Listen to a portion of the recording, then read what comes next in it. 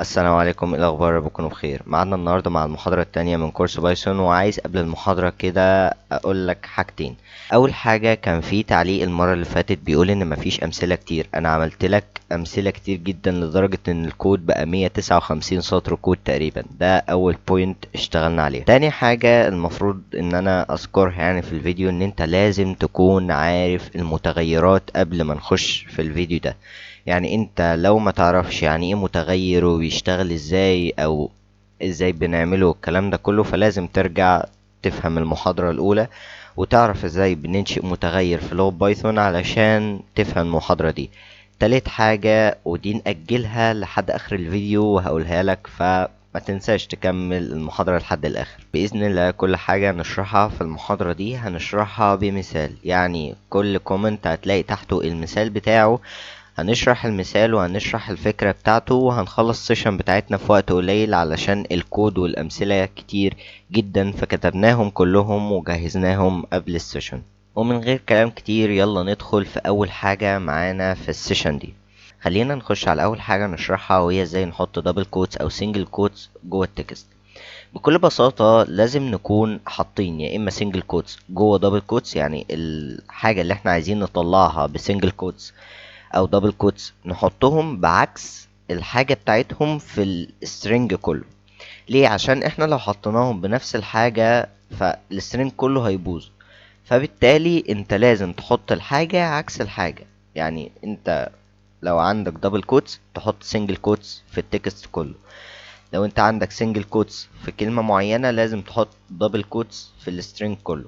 هي دي الفكرة. واحنا لو رحنا عملنا ران للكود وهنمشي معاه واحدة واحدة هنلاقي فعلا I love Python I love Python single quotes I love Python double quotes اللي هو السطر التاني. بكل بساطة لازم نكون حاطين يا إما single quotes جوه double quotes، يعني الحاجة اللي احنا عايزين نطلعها بسنجل quotes أو double quotes single quotes I love Python double quotes اللي هو السطر التاني.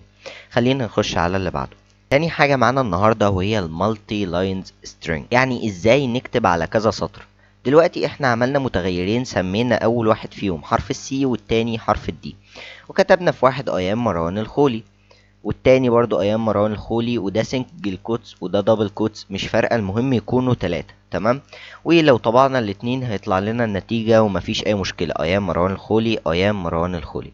ودي كانت تاني حاجه معانا النهارده. تالت حاجه معانا النهارده وهي الاندكسنج. يعني ايه الاندكسنج؟ لو جينا نترجمها ترجمه حرفيه هنلاقي ان هي معناها الفهرس، او هنلاقي ان هي معناها الفهرسه. طيب يعني ايه الفهرسة اللي هي جاية من فهرس؟ يعني ايه الكلام ده؟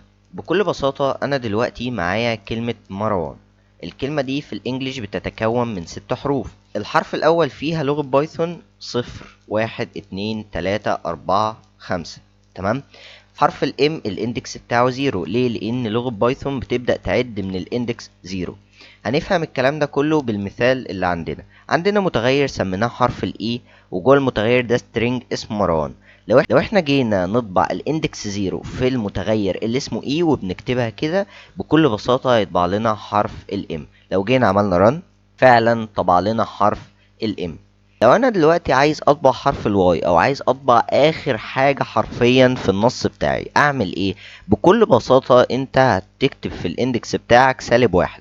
هو هيبدأ يعد من اليمين للشمال، لان احنا عارفين الانجليش بتعد من الشمال لليمين. لا، هو هيبدأ يعد من اليمين للشمال، يبقى -1 -2 -3 وهكذا. لو جينا عملنا رن هنلاقي فعلا حرف الواي اتطبع معانا. خش بقى على الجزء بتاع السلايسنج.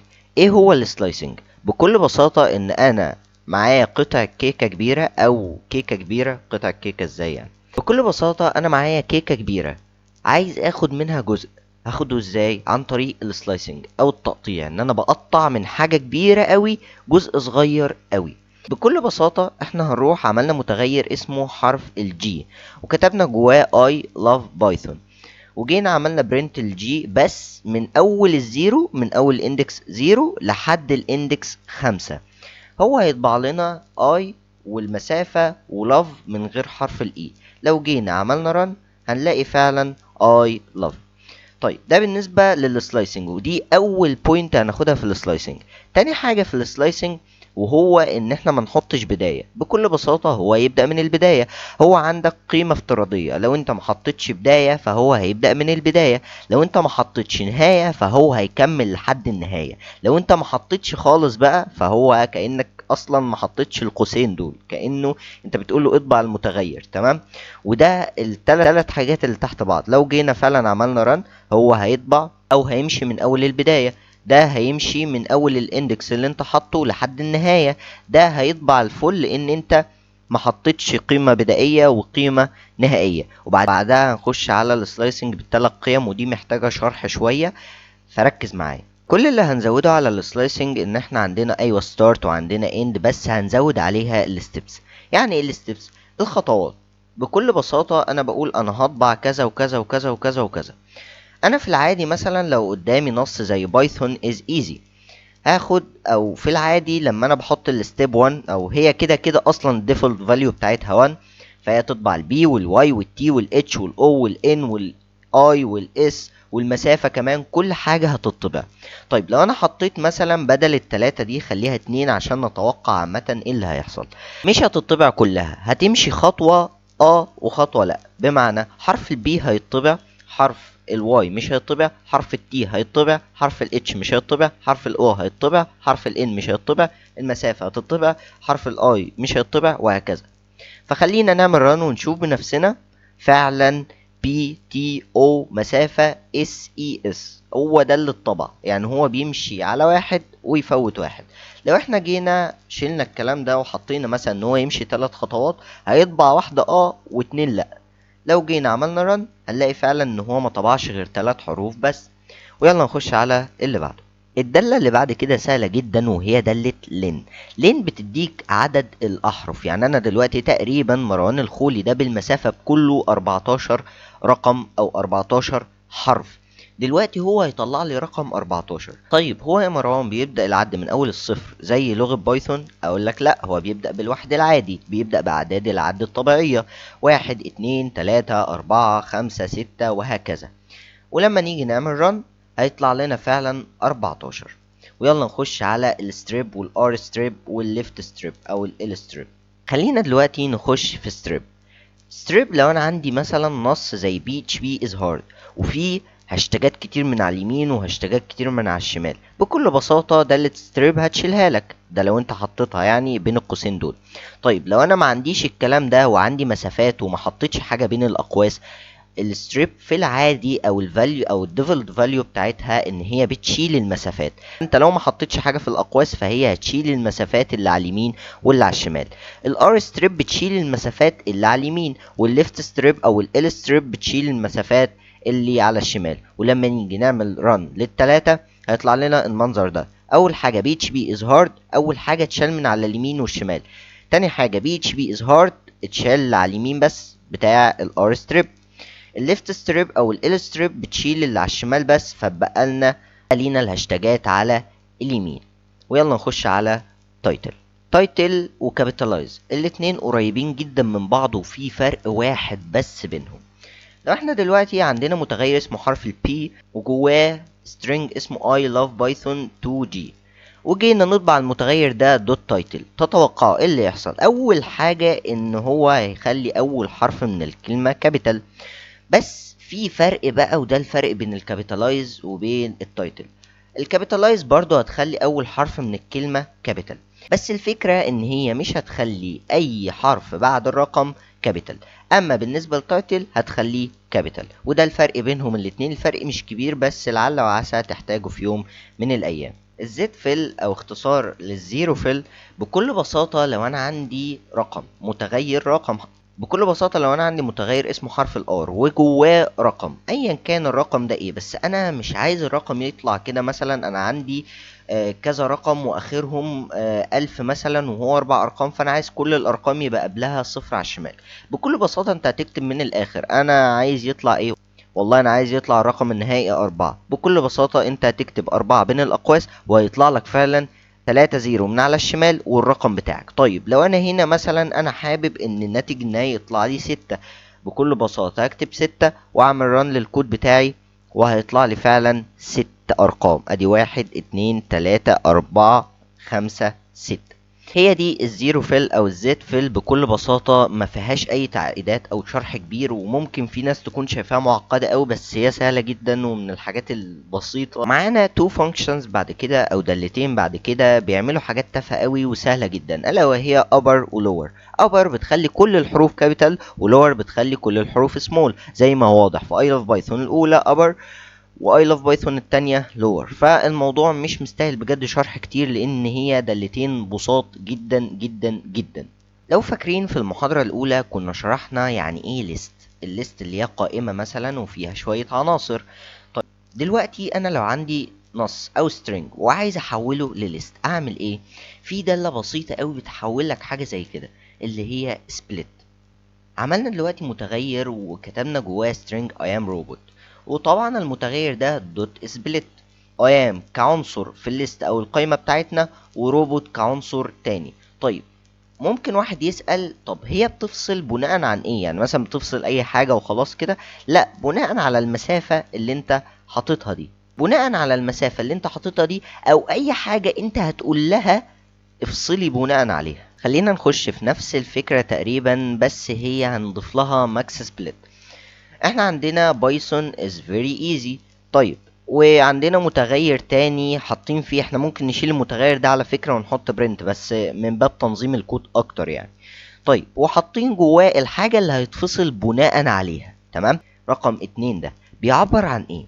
بكل بساطة رقم 2 ده بقول له خلي بايثون لوحدها في ايتم، واز لوحدها في ايتم، بس فيري وايزي الاتنين حطهم في ايتم مع بعض. يعني هو هيفصل اول اتنين فعلا ويخلي كل واحدة فيهم في ايتم مختلف، بس فيري وايزي هيتفصلوا الاتنين مع ايتم واحد مع بعض. وزي ما هو واضح فعلا بايثون في ايتم، اس في ايتم، فيري ايزي في ايتم مع بعض. طبعا الكلام ده بيتعمل من على الشمال، لان زي ما قلنا ان لغة بايثون بالانجلش، فبالتالي الكلام اللي بيتعمل ده كله بيتعمل من على الشمال.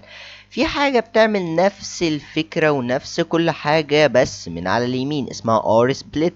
بتعمل كل حاجة. هنلاقي ان فعلا بايثون از هي اللي محطوطة مع بعض، فيري لوحدها وايزي لوحدها. فبالتالي الموضوع مش صعب، لو انت فهمت سبليت هتفهم ار سبليت بكل سهولة. لو انت بقى فهمت الزد فيل هتفهم سنتر برضو بكل سهولة. دلوقتي انا عندي متغير فيه 6 حروف اللي هم بايثون. المتغير ده اسمه تكست بالمناسبة، وبرضو ممكن نشيل المتغير ده ونحط برنت بس برضو من باب تنظيم الكود. انا بقول له خلي لي الناتج النهائي 10 حروف. طيب انا معايا 6 بس، هو هيعمل ايه؟ هيخلي لك ال6 حروف بتوعك دول في النص، وهيخلي من على اليمين وعلى الشمال مسافات عشان تكمل ال10 ايتمز. طيب انت عندك فعلا من على اليمين مسافة اهو، وعندك من على الشمال فعلا مسافة في كلمة بايثون. برضو نفس الحاجة لو انا قلت له عايز الناتج النهائي 12 بس وسطنها لي بين هاشتاجات، هيطلع لي النتيجة دي بس بين هاشتاجات بدل مسافات.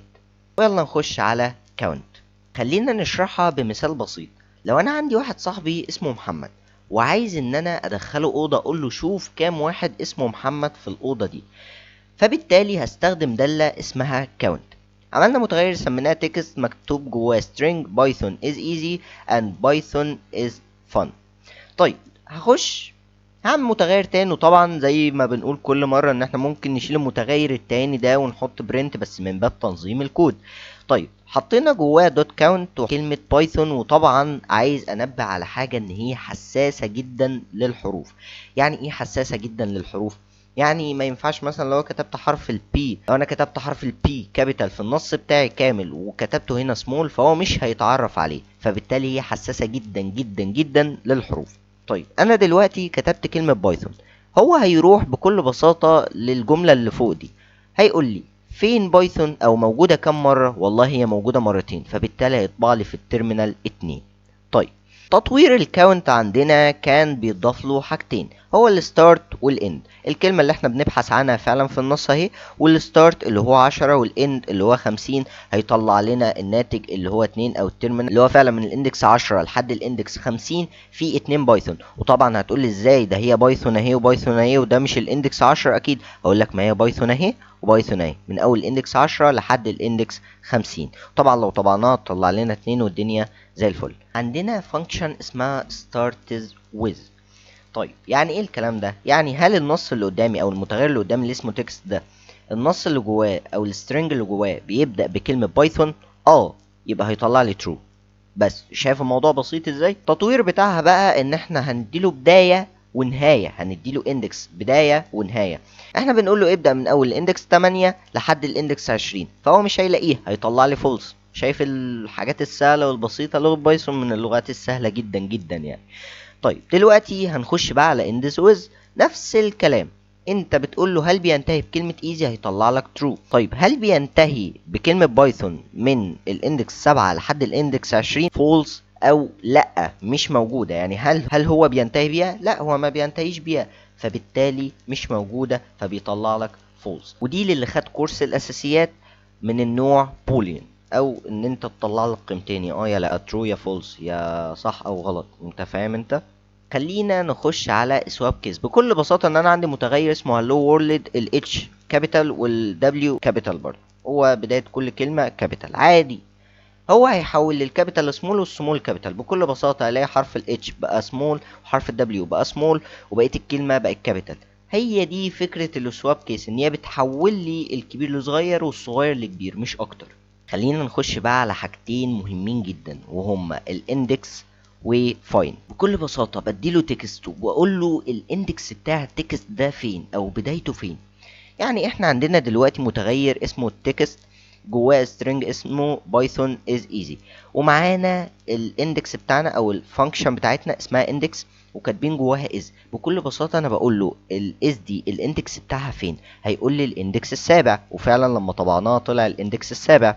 طيب كلام جميل جدا. تطويرها برضو ان انت بتديله بداية ونهاية وياخد لك كلمة بايثون دي ويدور هل هي فعلا موجودة، ولو هي فعلا موجودة من الاندكس اللي انت اديتهوله لحد الاندكس بتاع النهاية، يعني من الاندكس بتاع الستارت لحد الاندكس بتاع النهاية، بيطلع لك الاندكس بتاعها. طيب لو مش موجودة يا مروان بيطلع لي ايرور. يعني لو احنا جينا هنا وكتبنا 15 مثلا وعملنا رن، بكل بساطة هو هيطلع لي هنا ايرور ومش هيكمل لي الكود، لان اللغة بتاعتنا انتربريتد ومعتمدة اعتماد كامل ان هي كل سطر بيترجم، فما ينفعش يكمل لك الباقي وانت عندك خطأ. ليه خطأ؟ عشان هو ما لقاهاش فبيطلع لك ايرور. طيب ليه انا قلت نذاكر فايند مع اندكس؟ بكل بساطة عشان فايند هي فيها كل حاجة من اندكس، كل حاجة حرفيا، الا حاجة واحدة، ان هي مش بتطلع لي ايرور. هي لما ما بتلاقيش الحاجة اللي قدامها بتطلع لي -1. لو جينا لفايند فعلا هنلاقي ان بايثون اول حاجة هي فعلا زي اندكس بالظبط. يعني انت لو دخلت لها بايثون هتقول لك الاندكس 0، بس لو فعلا دخلنا لها الاندكس اقل وما لقيتش كلمة بايثون مثلا، هل هتديني ايرور؟ لا، هتديني -1. الموضوع بسيط جدا يا جماعة، وده الفرق بين اندكس وفايند. عندنا حاجة قريبة أوي من سنتر، بس سنتر بتوزع لك على اليمين والشمال وتحط لك النص بتاعك في النص. عندك ار جاست بتحط لك بقية النص، يعني ده 6 حروف فبالتالي الباقي 4 حروف. هو بيحط لك النص بتاعك على اليمين والمسافات بتاعتك عشان يكمل لك ال10 عناصر الشمال زي ما واضح في أول حاجة. وبرضو الجاست عكسها، هي بتحط النص بتاعنا على الشمال وبقية الحاجات على اليمين، او بقيه المسافات او ايا كان الفيل كاركتر اللي انت هتملى بيه. وعادي جدا احنا ممكن نعمل فاصله ونكمل بفيل كاركتر عادي جدا. هنخش على حاجه بعد كده اسمها سبليت لاينز. بكل بساطه ان انا لو عندي هالو وورلد بايثون وكل حاجه فيهم المفروض انها تطبع في سطر، وطبعا احنا لو عملناها مالتي لاينز برضو زي اللي فوق وعملنا تريبل دبل كوتس فهي هتبقى نفس الفكره برضو، هنكتبها على كذا سطر. هي بتاخد لك السطر الاول والسطر التاني والسطر التالت وتحط كل واحد في عنصر مختلف في الليست بتاعتنا. هتلاقي هلو في عنصر، وورلد في عنصر، بايثون في عنصر مختلف تماما عنهم. وهي دي فكرة السبليت لاين، ملهاش اي وظيفة تانية غير كده. ايه هي الاكسباند تابس؟ بكل بساطة احنا عارفين ان التاب الواحدة من الكيبورد ب4 مسافات. انا بقى بتحكم في عدد المسافات دي. لو انا حطيت 100 مسافة في الاكسباند تابز هنا هيتحط لي 100 مسافة في التاب الواحدة. طيب لو انا حطيت 5 مسافات هيتحط لي 5 مسافات في التاب الواحدة. لو انا حطيت مسافة فهيتحط لي مسافة واحدة في التاب الواحدة. فبكل بساطة هي مش محتاجة شرح كتير، والحاجات اللي جاية كلها فعلا مش محتاجة شرح كتير. عندنا حاجات مش هنستخدمها كتير قوي لان احنا في المستقبل هناخد حاجة اسمها اف الشرطية، فاحنا مش محتاجين اصلا الكلام ده كله، بس من باب العلم بالشيء ولو طلب منك تاسك سريع مش محتاج عدة خطوات يعني. طيب اول حاجه معانا بتقول لك is title، يعني الحاجه اللي قدامي دي title او النص ده title. لو هيطلع لك true، لو لا هيطلع لك false. هي دي اللي بيعملوا is title. is space، هل المتغير بتاعي ده space؟ لو هيطلع لك true، لو لا هيطلع لك false. طيب is lower، يعني هل الكلمه اللي قدامي دي او الجمله اللي قدامي دي lower case او small، حروف small؟ لو هيطلع لك true، لو لا هيطلع لك false. طيب is identifier دي محتاجة شرح شوية. هل القيمة دي تنفع اسم متغير؟ هل my var1 دي تنفع اسم متغير؟ لو هيطلع لك true، لو لا هيطلع لك false. ده بالنسبة ل is identifier. is alpha، يعني ده من الالفابت اللي هي الحروف الانجليزية اللي هي A B C D، اللي هم ال 24 حرف اللي احنا عارفينهم. لو هيطلع لك true، لو لا زي ان انت كاتب معاهم ارقام او غيره هيطلع لك false. اما الداله اللي بعد كده معانا هي بتقبل ارقام عادي جدا، مفيش اي مشكله وهتطلع لك true. يعني الحاجه اللي ما بتقبلهاش الالفابت اللي هي الارقام هي بتقبلها عادي جدا وهتطلع لك true. خلينا نخش على اخر 3 حاجات حرفيا في السيشن كلها وتكون خلصتها. اول حاجه فيهم وهي replace. بكل بساطه انا بديله حاجه يبدلها لي مكان حاجه. بديله الاولد فاليو اللي هي القيمه القديمه اللي في النص بتاعي فعلا، وبديله النيو فاليو او القيمه الجديده اللي انا عايز ابدلها مكان النص ده. انا عندي متغير اسمه تكست جواه سترينج اسمه I love بايثون. انا عايز ابدل كلمه بايثون دي بجافا مثلا، اعمل ايه؟ بكل بساطه اعمل ريبليس واكتب بايثون وجافا. طيب تتوقع لما انا اطبع المتغير ده ايه اللي هيحصل؟ هيطلع لي I love جافا، هيبدل لي الاولد فاليو بالنيو فاليو. ودي بكل بساطة ريبليس. وعندك ريبليس بالكاونت، يعني يبدلها كام مرة. لو انا عندي مثلا بنانا اللي هي موزة وفيها 3 ايه، انا عايز ابدل حرف الايه ده بحرف الاو بس مرتين بس، تمام؟ فيطلع بونونا. يعني ايه الاخيره دي مش هتتبدل لان انا ما قلتلوش بدله الثلاث مرات، انا قلت بدله مرتين بس. ده بالنسبه لكل ما يخص الريبليس، والريبليس مع الكاونت كمان، تمام؟ انا دلوقتي جوين، ودي عكس السبليت والسبليت لاينز والكلام ده كله. انا دلوقتي معايا ليست اسمها ووردز فيها 3 قيم او 3 ايتمز. بايثون از فن. بكل بساطه هعمل متغير تاني وهعمل مسافه. المسافه دي اللي هيتم الدمج من خلالها او هيتم الفصل من خلالها. وبعدين هعمل join words واطبع، هلاقي بايثون is fun. بكل بساطه هي بتحول لي الليست لسترينج، بس بتفصل بناء على القيمه اللي انا حطيتها لها هنا. يعني انا لو حطيت هنا هاشتاج بايثون هاشتاج is هاشتاج fun وبس كده. فبالتالي انت بتعمل جوين او بتدمج بناء على المسافه او بناء على الحاجه اللي محطوطه بين الدبل كودز. وبكده نكون خلصنا السيشن بتاعتنا النهارده. في حاجه اجلتها لحد اخر السيشن، ودي تالت حاجه كنت حابب اتكلم فيها في اول السيشن، وهي مبروك ان انت بقيت من 80% بس من الناس اللي بدأوا الكورس او بدأوا المحاضرة الاولى هم اللي حضروا المحاضرة التانية دي. فمبروك، خليك فخور بنفسك وشارك الانجاز بتاعك على جميع منصات التواصل الاجتماعي وافرح يا باشا، انت بقيت من 80% بس من الناس. تاني حاجة حابب اتكلم فيها ان رأيك مهم جدا اللي بتكتبه في الكومنتس. ده بيساعدنا على التطوير. يعني في اول سيشن او اول محاضرة خالص اللي هي كورس التأسيس كان الصوت مش احسن حاجة. قدرنا ان احنا نطوره في السيشنز اللي بعد كده عشان في حد بس كتب رأيه في كومنت. ده اول حاجة. في المحاضرة اللي فاتت كان في حد بيقول امثلة قليلة قوي، فاحنا قدرنا ان احنا نجيب على كل حاجة بنشرحها مثال. لا ده احنا بنشرح على المثال اصلا. كل رأي انت بتكتبه فهو صدقني بيفرق وبيطور مننا جدا وبيخلينا نشوف الاخطاء اللي احنا بنعملها ونصلحها، لان مفيش انسان معصوم من الخطأ. دي تاني حاجة كنت حابب اتكلم فيها. تالت حاجة حابب اتكلم فيها انه لو المحاضرة فعلا عجبتك ما تنساش تشاركها مع اصحابك، لان الدال على الخير كفاعله. وما تنساش هدفي هو ترك اثر. كان معكم مروان الخولي، والسلام عليكم.